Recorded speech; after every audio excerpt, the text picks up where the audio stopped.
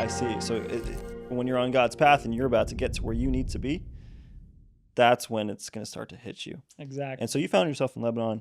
Hey, I'm doing good. I feel great. I'm doing, my whole life changed and I'm going for the Lord. And something happens to you.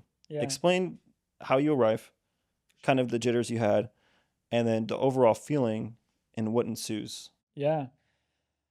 So the country I was in before Lebanon, and I was one of these guys who, I read the Bible and I know that God exists. I know that Jesus is fully God, fully man. Angels and demons, they exist, but none of the spiritual realm really was relevant to me.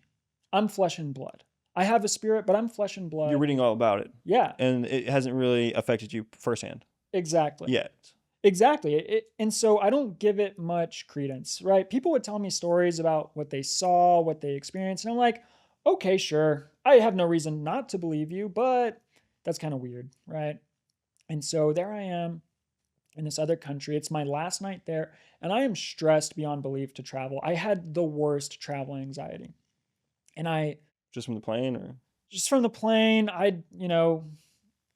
airports just, they're not my friend. I don't know what it is. Planes aren't mine either. Yeah. I don't like the metal, being up in a metal tube like past 30,000 feet in the air, man. Exactly. And so there I am, and it's my last night. I finally fall asleep. But my dream, and I'm a pretty normal dreamer. Like, I dream fairly often. But my dream is me outside my body looking over my bed, and the room is exactly as if it was in real life. How it should be. How it should be. And there's this window that kind of overlooks me on the other side of the wall. And I'm like, okay, this is a weird dream. I'm not really conscious. I'm just kind of dreaming, I think. And I see the room as it should be, but then I see this weird like silhouette, like climbing through the window. And these windows in this house had bars, like grates. And it just morphs through these bars as if it was just shadow. And it jumps down from the ledge. And I remember this so vividly because it was literally as if I was watching a movie above myself sleeping. And this shadow figure walks over, puts its hands on my throat, and starts to stranglehold me.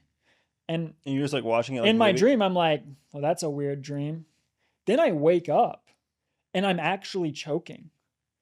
And out of fear, I call on the name of Jesus. I'm like, Jesus, help. And instantly the choking stops. And I'm like, that was weird. I'm not going to tell anybody about it. I don't want to have those experiences. I don't want to be that guy. Just not going to do it. 4 days go by. I arrive in Lebanon. And so you weren't even in Lebanon. I was in the other country. Oh wow. Yeah. And I think a lot of that came, I think the open door to that spiritual attack, because I wasn't convinced at that point that it was a dream. And the open door to that spiritual attack was actually my lack of trust in God. It was my stress of how am I going to get from this country to that country, instead of, Father, I'm just going to trust you tonight. Instead of trusting the Lord, you trusted in yourself. Exactly.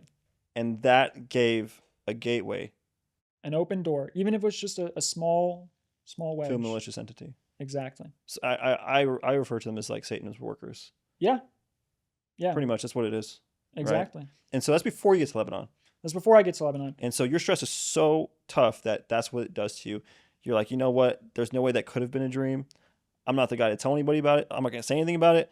So I'm just going to keep doing what I'm doing. I'm just going to do what I'm doing. I'm going to pretend that didn't happen. Yep. Move on.